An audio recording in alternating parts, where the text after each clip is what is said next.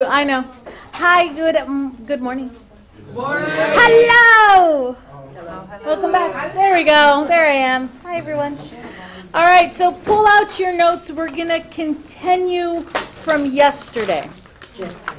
Yesterday. Right? Yeah. No, we're in the back. All right.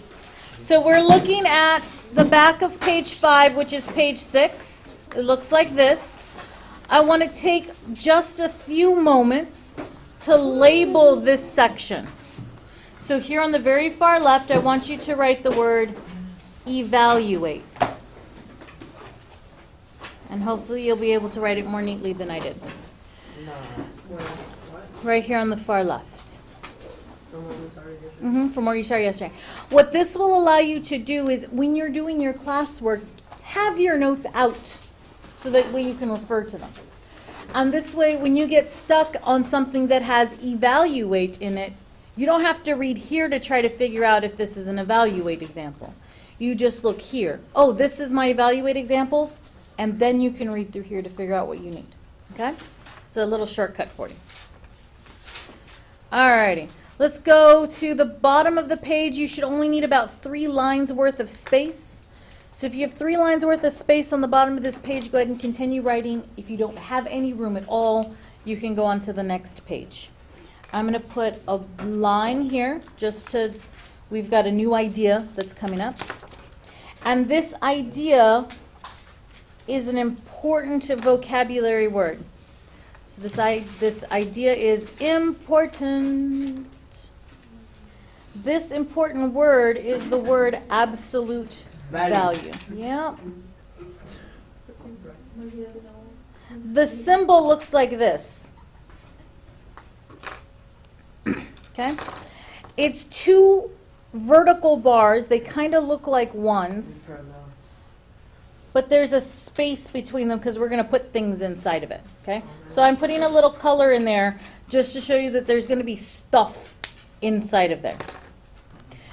Now, where did you hear absolute value? 8th grade. 8th grade? 7th grade? Either 8th grade or 7th grade. Last year? Had the same t-shirt. 6th grade? What did it mean? It means like if it's a -3, it's just going to be 3. Oh, it changes up. How far away it is from 0. That's what it does. Yeah. What it How far away it means is from 0. Yeah. is how far away it is from 0.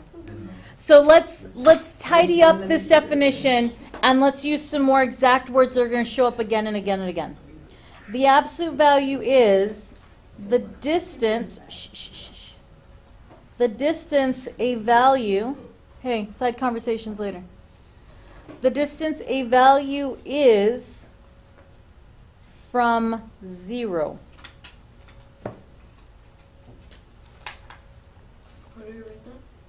I'm at the bottom of my page, continuing on from yesterday. Like over here or over here? I just continue down. So right underneath the last thing that I wrote. For me, it's at the very bottom of the page. Am I going to do a problem there? No. I'm not going to have room for it. If you have room, so this is what you wrote yesterday, you're just 1 line below it. Okay, so you're just continuing. Is it pencil? Go ahead and clean it up and shift it up higher, and you'll do your example up higher. Okay? Let's do some examples of absolute value, just to remind you guys. The absolute value of 2 is? -2. -2 or 2? 2. 2. Remember, it's the distance. My height is the distance from the bottom of my feet to the top of my head. You agree? No, wait, what? Yeah. My height is the distance from the bottom of my feet to the top of my head. I'm 5 feet tall. Okay, I'm 5'3" right now because I'm wearing high heels. But I'm 5 foot tall. Miss, can you tell how tall you are from like the width of your hand to the left? Yes, you can. Wingspan. Yes, you can. Arm Anyway, from the bottom of my feet to the top of my head, I'm 5 feet tall. How tall am I if I stand on my head? Same. I'm still 5 feet tall, right? Just because I'm suddenly facing a different direction, you don't suddenly say, oh, you're -5 feet tall. You're -5 feet tall. That would just be weird. Because height is a distance, and distances are never negative. Absolute value is a distance, so it is never negative. Okay? The next example. What is the absolute value of negative 7? 7. Because 7 is how many units away from 0 negative 7 is. This is so easy. Make sense? Yeah. All right. We're gonna go on to the next item. If you still have room on your page, continue. Put a bar under absolute value because it's kind of separate. Miss, are we gonna write a lot? So you can know. We're gonna keep going until we're done. This one's space. Okay, so use that much space. I need to start a brand new page. Bless you. Bless you. I need to start a brand new page, so I'm going to go ahead and take just a few seconds to set up for notes. If you don't need a brand new page, then just wait for me. If you do, go ahead and set it up now. Miss, how many notes will it be? Till we're done. No, but so we. I don't know, is the short answer to the question. All right. We're going to name this part solving. So label this one solving. You know what I'm saying? Solving. Which is different from evaluate. Evaluate happened when there was no equal sign. Solving is what's going to happen when there is an equal sign. You'll usually have directions that read this. Oh, I messed up. Solve for the unknown. Our first example will be this. Solve it. Plus 7. Okay. Plus 7 where? You can put a 9 down the equal sign. Okay. You put it down, and then you plus 7 to under the minus 7. You plus 7, So I'm going to add 7 to this side of the equation. and then you put a slash through it, and then you take it to the other side, and you add 16 plus 7. So I'm going to add 7 to this side. Yep. So Good. basically what you've said is I can add 7 to both sides of the equation.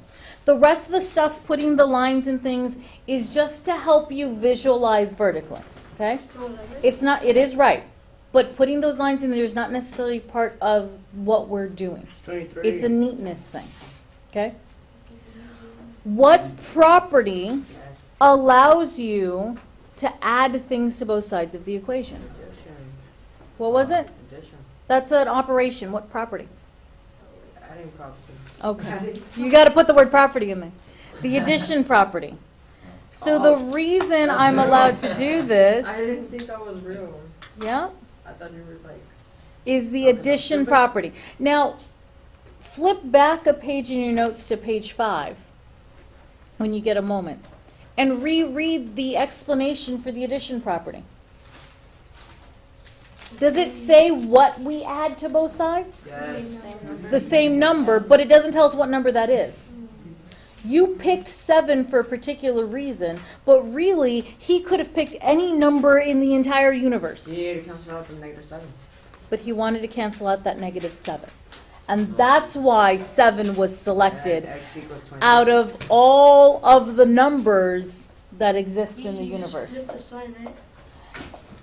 But what you're doing is adding.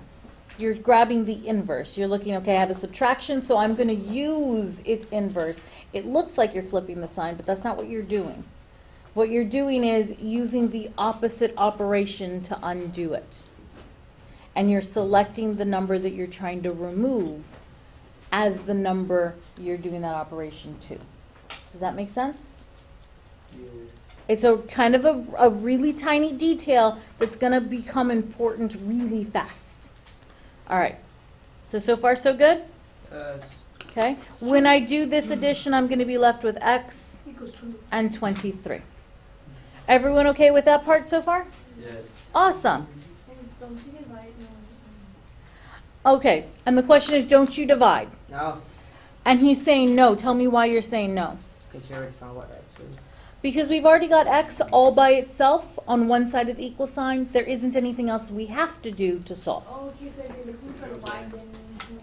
Dandy. It depends. If the variable, notice how this just says the unknown. If the variable, the symbol, the letter, that you're trying to solve for is all by itself on one side of the equal sign, you're done. Is it all by itself on one side of the equal sign? Then you're done. Okay? Déjala. All right, let's try another one. Okay.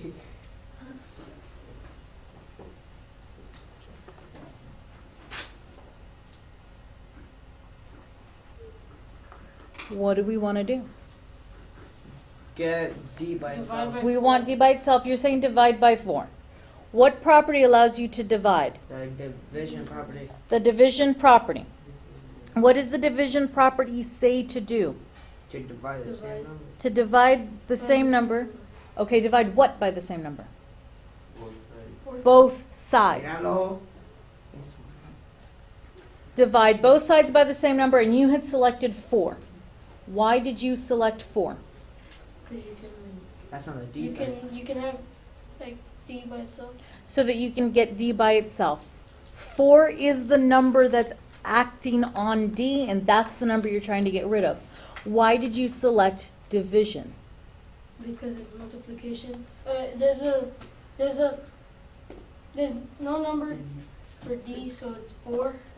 Okay. So it's 4, like 4 times D, because there's no number for D. There's this symbol here, when you have a letter and a number stuck together this way, it's the mathematicians, we got super lazy way of writing, hey, multiply those together. Okay? I'll be happy to go over the history with that, but I'll do it at a later time, and I'll do it in a small group. We'll do it on the back whiteboard for anyone who's interested in knowing why we write it like that, especially if you're having trouble remembering that's supposed to be multiplication. Okay, so I'll do that in a bit. It's 9. It's 9. So D, when I do this division, 4 divided by 4 is 1. So yes, technically there's a 1 here, but that becomes 1 times D, and 1 times anything that itself, it doesn't change it, so I don't have to write it. It's there, but I don't need to write it. And 36 divided by 4 is 9, which is what you guys were screaming at me the whole time. All right, let's make it more complicated. Do it. Just do it.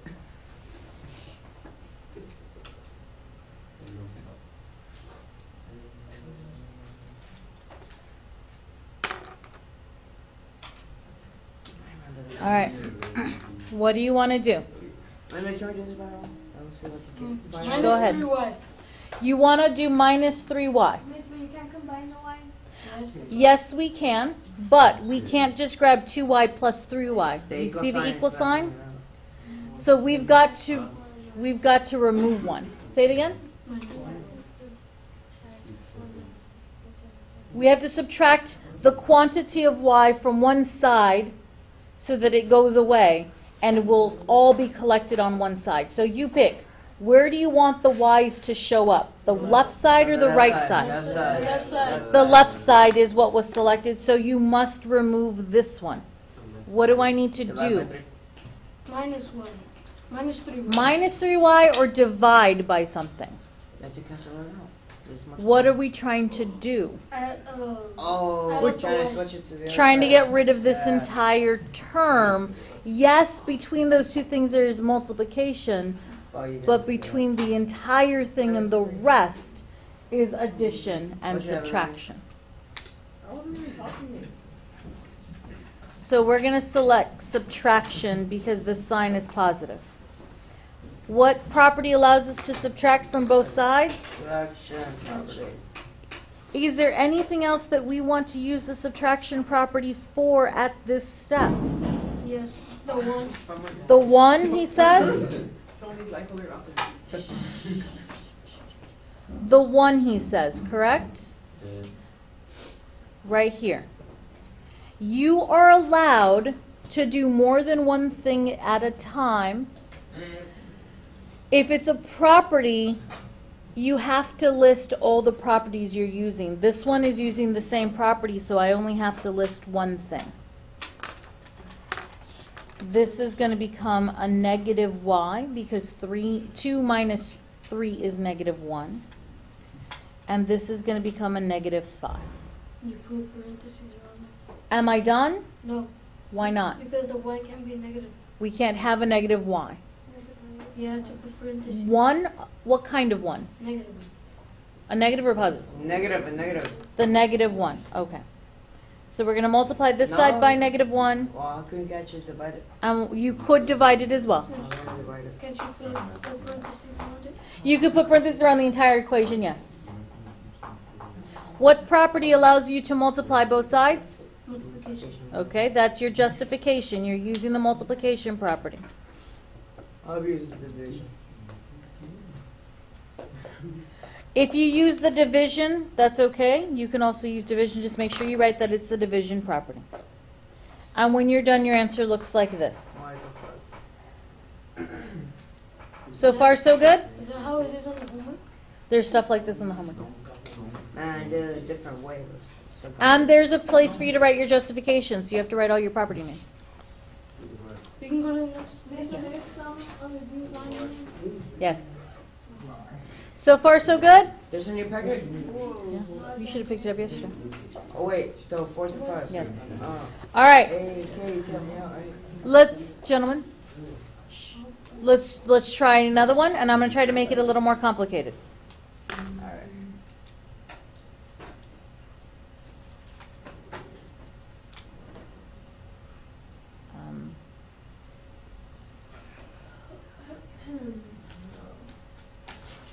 This one has a fraction.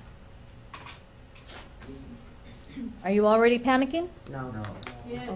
No. I hear some no's and I hear some yeses. If you're not panicking, stay quiet and do what you think you can do, okay? Those of you who are panicking, I'm going to talk to you guys, okay? All right. There's several different ways for you to handle these fractions, and the easiest one is to just get rid of them because they're annoying and they make you panic, Got okay? it. Got the answer. Wait. Now, you can either get the fraction all by itself, which means get rid of that too, and then deal with the fraction, or get rid of it right now. Which one do you want to see done? Get rid of it right now. Okay. To get rid of it right now, we have to handle fractions and do one thing with fractions, and then they disappear. You ready to do it? Okay. So what we're going to do is we're going to rename, that's a fraction thingy, we're going to rename the entire equation, all of it. Shh. But we're going to make sure to rename it by using the least common denominator from the entire equation. So far, so good? Can't you just multiply it by the denominator? Yes, you could. And it's completely legitimate. Oh. And do it, if that's easier for you. However, this method will allow you to do it regardless of how many fractions you have, regardless of what those fractions look like, regardless of what those denominators are. All you have to do is be good at finding least common denominator. Okay? And as you get more comfortable with that, this technique becomes super easy. You ready to see the rest of it? Okay. So there's nothing wrong with what you did. You're absolutely correct. Okay? I'm going to rewrite it using the least common denominator. There's only one denominator, right? Okay. So I'm going to rewrite this whole thing, but I'm going to rewrite it so that way it's clear that I want the denominators to be 4 all the way down. Do I have any work to do for the first fraction? No. So I can just rewrite it. What do I need to do for the second thing to turn it into a fraction? I hear some music in this area. If that's yours, it needs to turn off. Thank you. Since this is a whole number, the fastest way to turn a whole number into a fraction is just to put it over a denominator 1. Now, how do I get from 1 to 4 using multiplication? Times 4. I have to multiply it by 4. So whatever I multiplied the denominator by, I have to multiply the numerator by. Just 8. What's 2 times 4? You know this is right if 8 divided by 4 is? 2. That's what we started with? Yes. We did it correctly. We're going to do the same thing over here. What do I need to multiply this denominator by? 4. 3 times 4 is? 12. All right. I know what you're thinking. You said we were getting rid of fractions, miss. There are way more fractions now. Here's the step where they disappear. You ready? What you need to do is you need to rewrite the equation exactly as is, except you're going to do it without the denominators. Okay?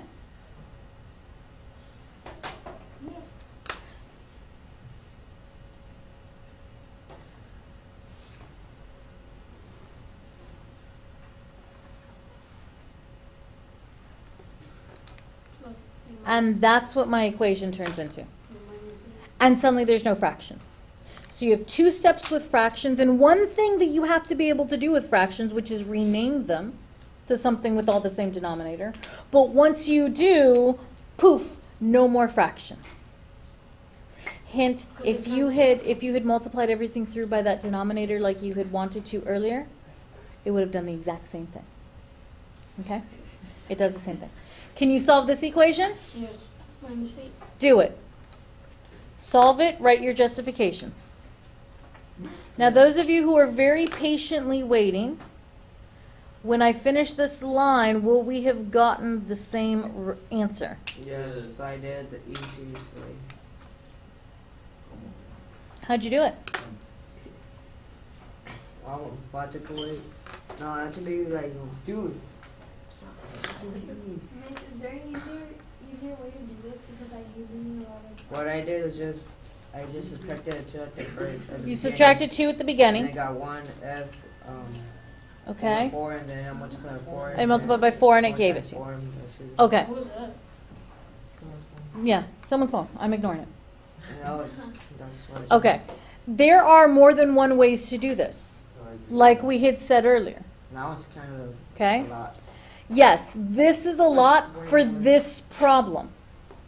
There are going to be problems on the homework and later in your future, both in this class and moving forward, where you have a whole load of fractions that you have to deal with. Okay? Why is it 4 right here? I subtracted 8 from both sides. 12 minus 8 is 4.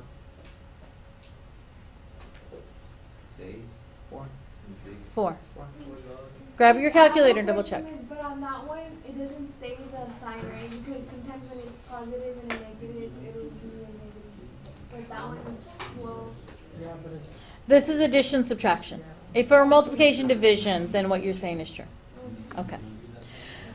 The power for this, yes, for this particular one, it's, gentlemen, for this particular one, it's the long way around. And I know that. But this is an easy example for you to see what's happening because this process will work no matter how complicated it gets. All right? And I wanted to share it with you while it's easy. Yeah, I think this part. Questions? Are we okay on it? It's just a way to handle equations that have fractions in them. I don't have a nifty name for it. I'll have to invent one. Oh, dude, I thought you were going to be. Maybe Mr. Rivera's method, because I got it from him. Is that? He was my high school geometry teacher. Is he still Yeah, he's still with us. But he doesn't teach geometry at the high school level anymore. He's at the college level. And that's where I ran into him teaching college algebra, which is where I pulled this technique from. Really? I was one of his teaching assistants. Mister, were you always Research. Were you always good at math? No. All right, any other questions? All right, take a quick look at your lesson 4 and 5. Yes, ma'am. If you don't have any questions, quietly begin working on it. I will. If you do, I'll handle one general question and then we'll do the rest one-on-ones. Kimberly, you're good? Vivian? Jordan, you're good? All right. Ale? Awesome. Okay? I know Anna's awesome because she's been asking some really great questions. How are you doing, Chelsea? Doing good? Okay, go ahead and go. Luis, you good? Yes? Okay. All right, so no questions then. Yes, number 1. Oh no, we just have to. Yeah, read the directions and Sorry. try it. Yeah. Sorry. Really, Mom? All right, thank you very much.